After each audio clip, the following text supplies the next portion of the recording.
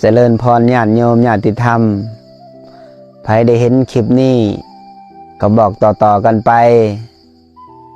วันที่8นี่ชาวบ้านตั้งไว้น้ำพร้อมกันมดหมู่คู่คนมดบ้านจะพากันถวายดิน41 เฮกตาร์ให้แก่สงฆ์ให้แก่พระพุทธศาสนาให้สงฆ์ทั้ง4 ทิศเป็นส่วนร่วมของชาวพุทธขอเชิญชวนญาติโยมญาติธรรม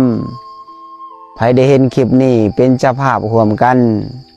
ถวายภัตตาหารถวายน้ำปานะเป็นโรงทานใครอยากเป็นเจ้าภาพขอเชิญชวนเด้อญาติโยมญาติธรรมบ่ว่าต่างเมืองต่างแข็งต่างประเทศทุกประเทศทุก4 ทิศให้มาร่วมโมทนาสาธุการร่วมกินร่วมทานสร้างบุญสร้างกุศลละความตนี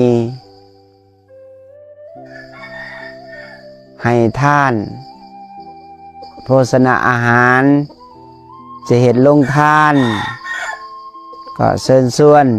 ในวันที่8 เดือน 7อีก2 มื้อนี่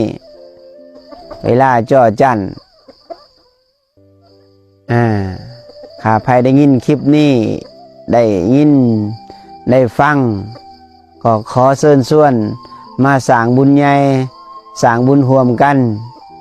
มาถวายดินของสงฆ์41 เฮกตาร์